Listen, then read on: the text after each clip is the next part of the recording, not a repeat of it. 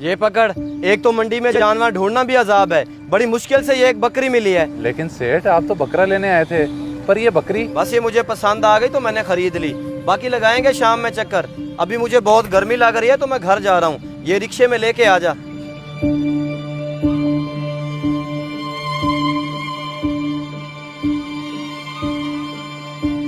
बल्कि पैसे मेरी जेब में तो किराए के पैसे ही नहीं है। सेठ जी, सेठ तो चले गए, अब मैं घर इतनी दूर कैसे जाऊंगा? सारी मेरी गलती है।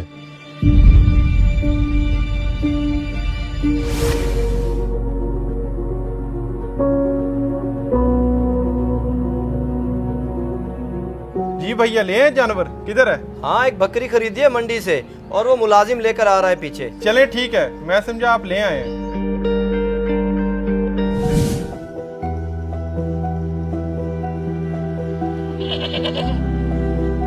असलम, अंदर आना जरा। किधर लगा के आ रहा है इतनी देर?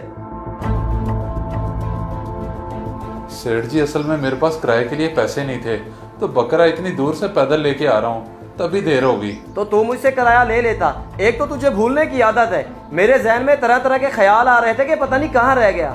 माजरत सेठ साहब, आइंदा ऐसी गलती कभी नहीं होगी। चल ठीक है, जल्दी से सारे काम निपटा ले। कल ईद है तो तुझे आने की जरूरत नहीं है। ईद अपने बीवी बच्चों के साथ गुजारी। जी ठीक है सेठ जी, मैं कर लेता हूँ सारे काम।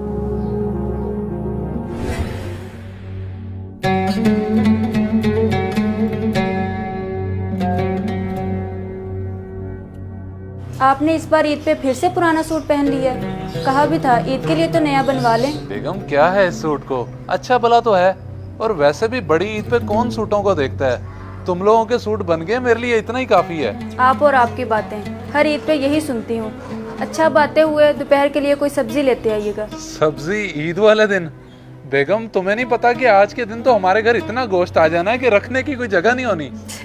शायद आप भूल रहे हैं, पिछली बार हमारे घर में कहीं से गोश्त नहीं आया, सिर्फ एक घर से आया था, और मुझे नहीं लगता इस बार वहाँ से भी आए, इसलिए आप सब्जी ही लेते आइएगा। नहीं नहीं, तुम बस अल्लाह पे यकीन रखो, इंशाल्लाह कहीं ना कहीं से जरूर गोश्त आ जाएगा। अब मैं चलता हूँ, ईद की नमाज से मुझे देर हो रही है।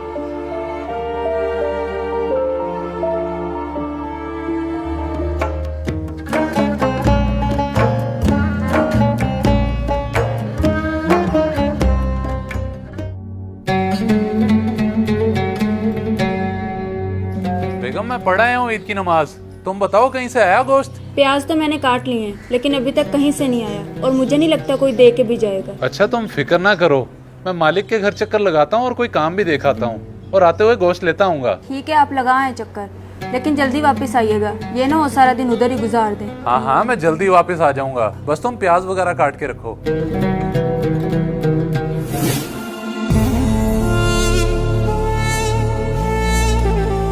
सेठ जी, ईद मुबारक। अपने जानवरों की कुर्बानी हो गई है? खैर मुबारक। माशाल्लाह से 2 की कुर्बानी कर ली है, अभी ये रहता है। लेकिन ईद वाले दिन की तो मैंने छुट्टी दी थी। तू क्या लेने आया है? जी सेठ जी, मुझे आपने छुट्टी दी थी, लेकिन मैंने सोचा कि ईद का दिन है, आपके घर कोई काम ना हो, इसलिए चला आया। अच्छा, काम के लिए आया है या फिर गोश्त चाहिए? अरे नहीं नहीं, मैं गोश्त की नीयत से नहीं आया, मैं तो काम के लिए आया हूँ। अगर कोई काम है तो मुझे हुक्म करें। काम? अच्छा, वो 3 शापर पड़े हैं फ्रिज में गोश्त के, वो उठा ले जाके। जी ठीक है सेठ जी, मैं उठा लेता हूँ, बहुत शुक्रिया आपका। किस बात का शुक्रिया? इतना गोश्त तेरे लिए नहीं है, वो उठा के सेठ हसन, अली और शाहबाज के घर दे आ। अच्छा जी ठीक है सेठ, मैं दे आता हूँ। और रुक, उन्हें ये जरूर बता दी कि ये गोश्त सेठ असगर के घर से आया है, और मेरी तरफ से ईद मुबारक भी दे दी। जी मैं बोल दूंगा उन्हें।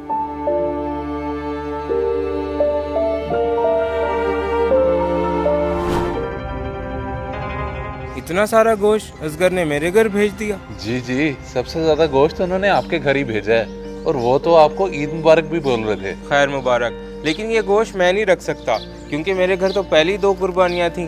पर उन्होंने तो बड़ी चाहत से आपके घर भेजा है, और आप लेने से इनकार कर रहे हैं। चाहत उनकी अपनी जगह, लेकिन इसका असल हकदार मैं नहीं हूँ। उनसे कहें कि ये गोश्त गरीब गुरबा में तकसीम कर दें, क्योंकि मैंने भी अपना सारा गोश्त गरीबों में ही बांट दिया। अच्छा चले, मैं उन्हें जाके बता देता हूँ।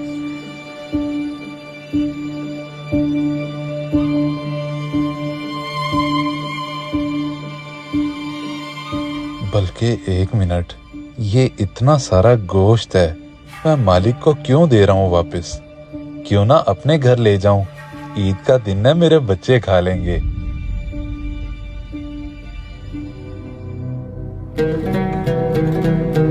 इतना सारा गोश्त आपके उस कंजूस मालिक ने आपको दे कैसे दिया? बस तुम ये समझो कि अपने मालिक से बड़े धोखे से निकलवा के लाया हूँ मैं ये। धोखे से? मतलब उन्होंने ये अपनी मर्जी से नहीं दिया? ये तो फिर हमारे लिए हराम हुआ। तुम बस अब इन बातों को छोड़ो और जाके पकाओ इसे। नहीं, मैं ये नहीं बनाऊंगी क्योंकि ये हमारे बच्चों के लिए हराम है। आप ले जाएं इसे वापस।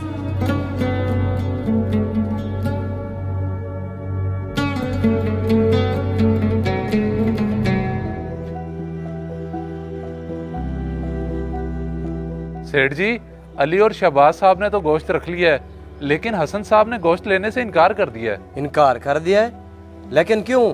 क्या कह रहे थे वो कह रहे थे कि हमारे घर तो पहले ही 2 कुर्बानियां हैं, आप ये गोश्त किसी गरीब को दे दें। गरीब को दे दें? चल तो ऐसा कर, ये गोश्त जाके बीबी जी को दे दे, वो फ्रिज में रख लेंगी, बाद में काम आ जाएगा हमारे। जी ठीक है सेठ, मैं दे देता हूँ।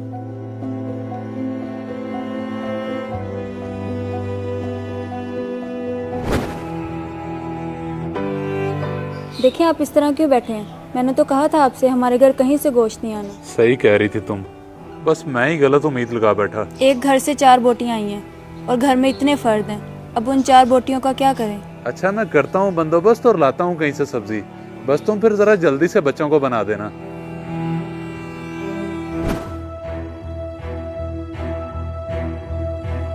भैया सारे घर से स्मेल आ रही है, फ्रिज में जितना गोश्त रखा हुआ था सारा खराब हो गया। सारा गोश्त खराब हो गया? लेकिन वो कैसे? कल से इतनी लोड शेडिंग हो रही है, गोश्त तो खराब होना ही था। अब बताएं इसका करना क्या है? वो तो था भी इतना सारा गोश्त। असलम, जा गोश्त उठा के बाहर फेंका और फ्रिज की अच्छे से सफाई कर दी।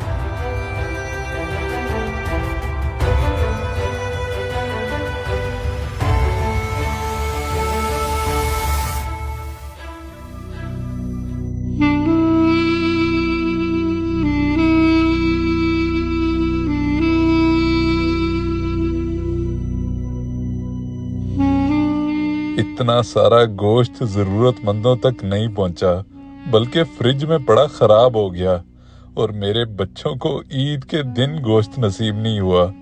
मेरे मालिक उनको नवाज जो गरीबों का एहसास करते हैं।